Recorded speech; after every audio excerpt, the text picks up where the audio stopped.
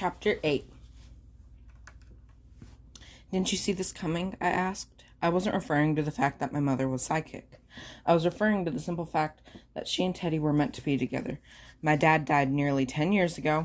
My mother and I were both ready to move on, and Teddy would be a great addition to our family. I may be psychic, Crystal, but I can't see everything. Why don't you just come out and say it? I offered. And just tell him about your ability, and if he can't deal with it, then tough luck. But Teddy loves you. He won't just leave. My mother twisted her hands in her lap and fiddled with her purse strap. I'm not sure he'll believe me. What if he thinks I'm playing some sick joke? What if he's scared of me? I didn't know how to answer my mother's questions. It was a lot to take in, and I wasn't used to my mother leaning on me like this. I wouldn't have believed her ability myself if I hadn't experienced it. Plus, I wasn't entirely sure that Teddy's take on religion was. I knew that he didn't go to church, but if he wasn't open-minded about an afterlife, would he believe in the paranormal? Well, you can't just look into your crystal ball and figure out what to say, I asked, half joking.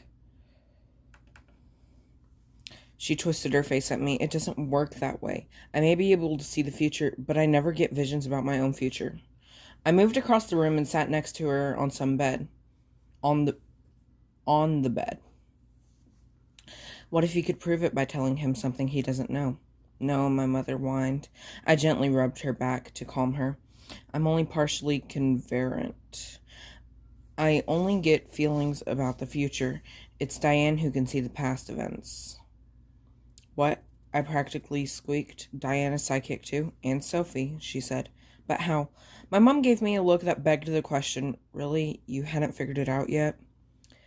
She turned toward me and stared into my eyes intently. How can I tell Teddy? Well, I don't know the future either. She looked at me seriously. Crystal, I'm not asking your advice as a psychic. I'm asking your advice as a person, as my daughter. Normally I'd ask Sophie or Diane how to handle this. But I've learned that teenagers have some pretty great insight too. She reached up and tucked a strand of hair behind my ear. And I suddenly understood she was asking me because she wanted me to be part of the decision of all of this. If she said yes, if she told him her secret, it wouldn't just be her secret she was telling him or her life she'd be affecting. Every move from here on out was sure to affect both of us. I swallowed, stalling to come up with a good solution. Mom, what does Teddy believe in? What do you mean? Like, does he believe in God? She cocked her head. You know, of all these things I know about Teddy, this is the one subject we never really talked about. She dropped her head guiltily. I guess I always avoided it because I didn't want to reveal my secret.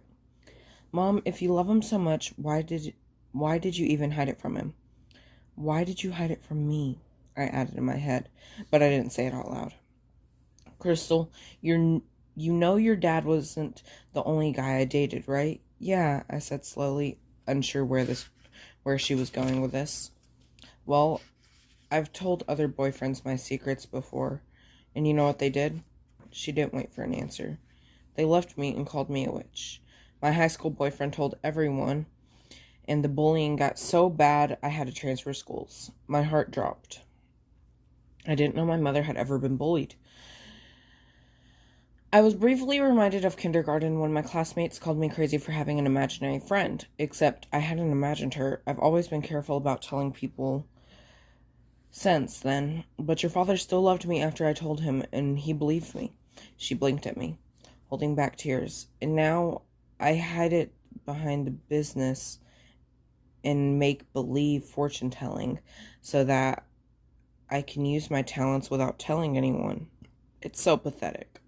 She dropped her head, pulling her self-esteem along with it. No, Mom, I assured her as I reached out to rub her shoulder. It's not pathetic.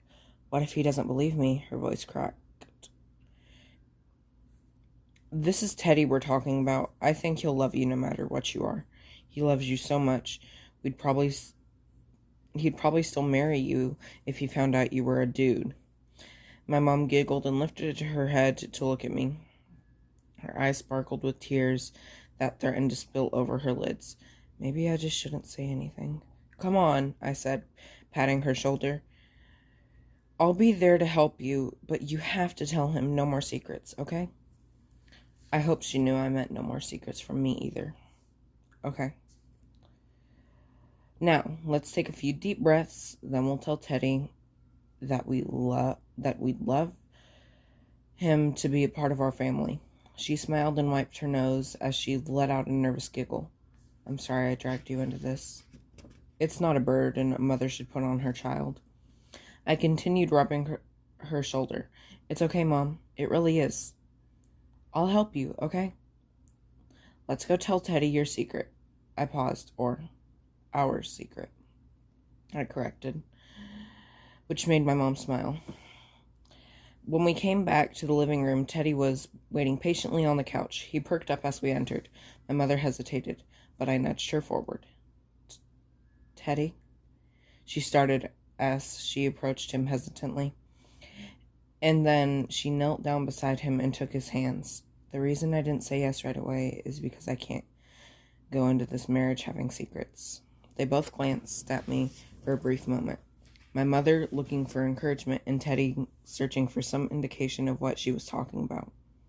There's just something about me that you don't know, and if you can't accept it, I can't marry you. Teddy squeezed her hand tighter. I watched from the corner, playing my role as observer. He stared into her eyes dreamily, speaking words of honesty. Andrea, there's nothing you can say that would stop me wanting to marry you. That made my mother's lips twitch into a small smile. It has to do with what I believe in. Teddy, what do you believe? He furrowed his brow. You mean, do I believe in God? Yes. What do you believe? He shifted. Perhaps the subject never came up because it was uncomfortable for him too. Well, I believe anything's possible. I released my breath. I didn't know I was holding it. My mother did the same. Teddy, my mother addressed her soon-to-be fiancé.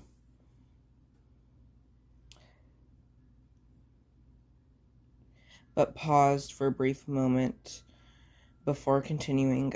I believe there's another side out here. I believe there are spirits, family members, waiting for us on the other side. He gave her hand another tight squeeze. Of course there are. I also believe that we can communicate with these spirits. Sometimes they tell us about the future. Sometimes they show us things we don't want to see. Sometimes they come to us for help. Teddy nodded. A lot of people believe in I don't know how to pronounce it. Prophecies. Teddy, she said slowly. She paused for a moment, taking a deep breath. I believe I am one of those people. Oh, prophecies. Oh my God. It took me that a minute. She finally said it. The tension in my body waiting for this moment let go in a quick release. I was proud of her. I only wished that when the time came, I would be able to muster up the same level of courage. One of what people? My mom shifted. Someone who can communicate with spirits. She hesitated again. Teddy, I'm a psychic. Teddy looked from my mother to me, then back to my mom. You girls aren't joking with me, are you?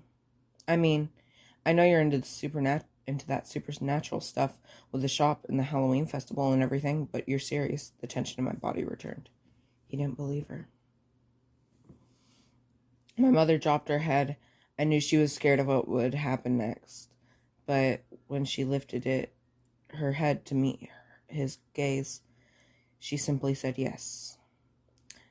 The next few moments stretched into an eternity, leaving me far too much time to think of the next possible outcomes. Would he storm off and call us crazy? Would he think we were still playing a joke on him? Would he hate us? The clock above the couch ticked, but it seemed too slow. Each second pulsing in my ears, a thumping in my body. What would happen next? Teddy stood and pulled my mother up from the floor. He placed a hand on each side of her shoulders and looked her directly in the eye. "I can live with that," he said with a grin. He embraced my mother so hard I could practically feel the hug in the air. My mother's face lit up and she beamed at me in a quick twitch of her head. She motioned for me to join them. I wrapped my arms around their bodies in a group hug. When they finally pulled away from each other, my mother shouted, "Yes, yes, yes." Teddy pulled the box from his pockets once again, knelt to the ground.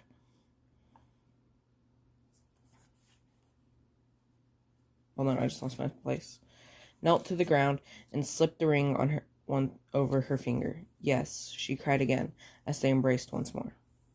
Once they settled their excitement, we all sat down. The happy couple cuddled on the couch while I sat on the matching chair. We